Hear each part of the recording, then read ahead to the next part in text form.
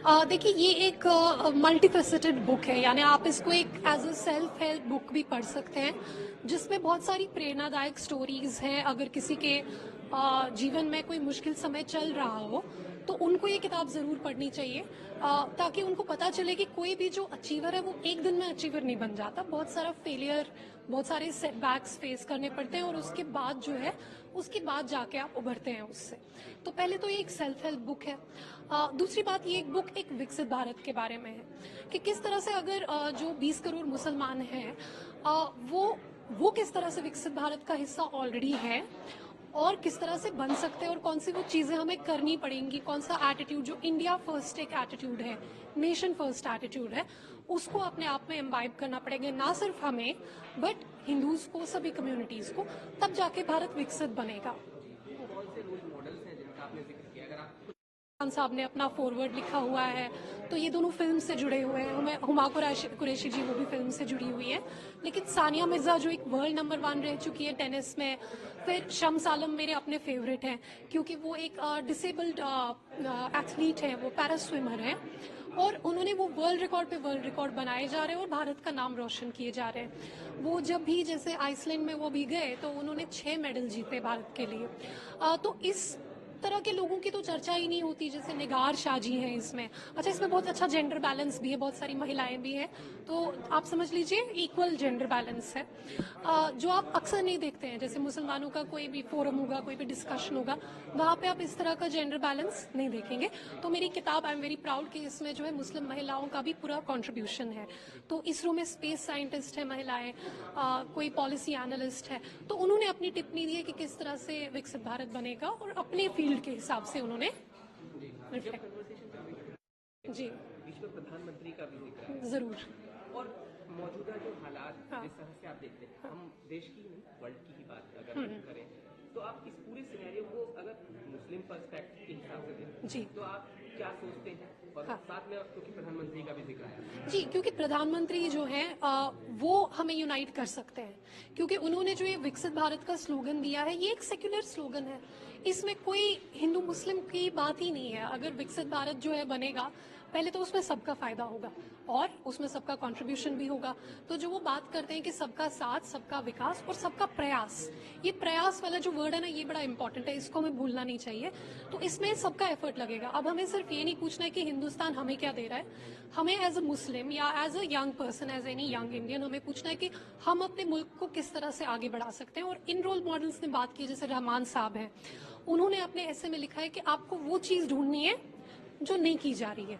For example, आज अगर आपको लगेगा कि इस तरह की कोई किताब है जो होनी चाहिए, आपको लग रहा है वो नहीं है, तो आप लिखो। आप ये मत पूछो कि ये क्यों नहीं हो रहा। तो उन्होंने भी इसी तरीके से, जैसे रहमान साहब को आप जानते हैं, उनको 7 नेशनल म्यूजिक अवार्ड मिले हैं, उन्होंने भारत का नाम कितना ऊंचा किया है विश्व के स्टेज पे। तो वो उसमें ये बयान करते हैं कि उनकी क्या भावना थी। उनकी भावना ये थी कि वो भारत को टॉप पे देखें और उन्होंने पहले तो ये स्टार्ट किया पूछना कि ये क्यों नहीं हो रहा, ये चीज़ क्यों नहीं हो रही, वो चीज़ क्यों नहीं हो रही। लेकिन विनर वैसे नहीं बनते। विनर वो है जो कहता है कि नहीं, मैं करूँगा या मैं करूँगी। ये एटीट्यूड के बारे में ये किताब है। क्योंकि कश्मीर ही सोचते हैं, हमने देखा कि पूर्व में एक फिल्म भी आई कश्मीरी पंडितों को लेकर, काफी हाँ जी, हाँ जी। चर्चा में भी रही। हाँ। आपने भी कई बार कश्मीर को लेकर जिक्र किया है क्योंकि हाँ आप जी, वहीं से आते हैं। हाँ जी। और साथ साथ अभी जो हालिया बात हाँ करें जी। तो स्ट्रीट फूड की उसमें एक मांग जो है आप सुन रहे होंगे, हाँ जी। वो जो अब नई गवर्नमेंट वहाँ पर फॉर्म हुई है, हाँ जी। नई गवर्नमेंट भी फॉर्म हुई है, तो ये सभी इश्यूज पर आप क्या प्रतिक्रिया इस समय देना चाहेंगे, अभी जो सब चल रहा है सिनेरियो? मैं आपके प्रश्न का थोड़ा सा जो है एक डिफरेंट उत्तर एज एन ऑथर दूंगी।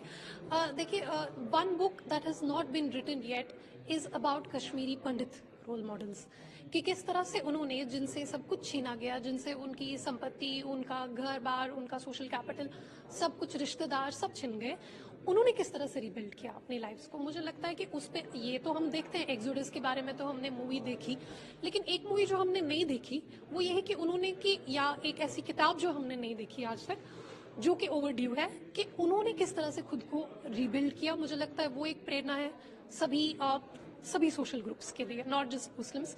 कोई भी सोशल ग्रुप जिसको लग रहा हो कि हम एक मुश्किल समय से गुजर रहे हैं, उनको मुझे लगता है कश्मीरी पंडितों से प्रेरणा लेनी चाहिए कि किस तरह एजुकेशन से, हार्डवर्क से, अपनी लगन से और मेहनत से उन्होंने फिर से अपने, और वो टॉप की पोजीशंस पर हैं। वो ऐसा नहीं है कि कोई डाउन ट्रॉडन कम्युनिटी है, बहुत टॉप की पोजीशंस पे उन्होंने खुद को पहुंचाया। क्योंकि आपने कश्मीर के जो हालात अब जैसे चेंज हुए, वक्त के साथ चेंज हुए, प्रधानमंत्री का उसमें आपने जिक्र भी एक अपने इंटरव्यू में किया है। हाँ जी, हाँ जी, हाँ जी। आर्टिकल 370 की बात, क्योंकि जाहिर है मैंने कई सारे फोरम्स पे जी जी क्या बोला है। हमारे इस सवाल पर आप कहना चाहेंगे, क्योंकि अभी जिस तरह से चीजें बदली हैं, अगर हम चुनाव से पहले और आर्टिकल 370 के बाद की अगर बात करें, जो चीजें बदली 370 को लेकर, तो क्या कैसे देखते हैं उन सबको? देखिए, इसके लिए आपको किताब पढ़नी पड़ेगी। किताब के अंदर एक अपेंडिक्स है जिसमें मैंने 3 वाजपेयी पैरामीटर्स की बात की है। ये वाजपेयी पैरामीटर्स हैं कश्मीरियत, इंसानियत और जमहूरियत। कश्मीरियत की आप बात करें, पहली बार 30 साल में शिया कम्युनिटी जो है उनका जो ताजिया जो निकलता है वो मेन शहर के बीच में से निकला। या कश्मीरी पंडितों के लिए फ्लैट बन रहे हैं, तो ये कश्मीरियत है। इंसानियत है कि कश्मीरी नौजवानों की जानें बच रही है, वो स्टोन पेल्टिंग इंसिडेंट्स में नहीं मारे जा रहे हैं। जमहूरियत ये है कि भाजपा की जो ऑपोजिशन पार्टी है वो चुनाव जीत रही है, कोई रिगिंग नहीं है। 1987 में आप जानते हैं किस तरह से रिगिंग हुई, पूरा विश्व जानता है, उसी से इंसर्जेंसी स्टार्ट हुई। लेकिन यहाँ पे भाजपा जो है, जो मोदी गवर्नमेंट जो है, या जो इलेक्शन कमीशन ऑफ इंडिया है, जिस तरह से भी आप इसको देखना चाहें, they have put nation above party.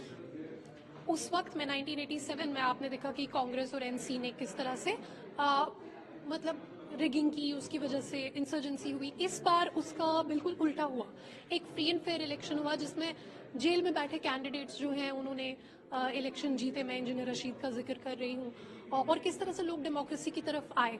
तो जमहूरियत की जब हम लोग बात करें, तो जो फ्री एंड फेयर इलेक्शन हुआ है, तो वो मैं कहूँगी कि BJP has put, Modi government has put nation above party and restore democracy in Kashmir, real democracy. Thank you.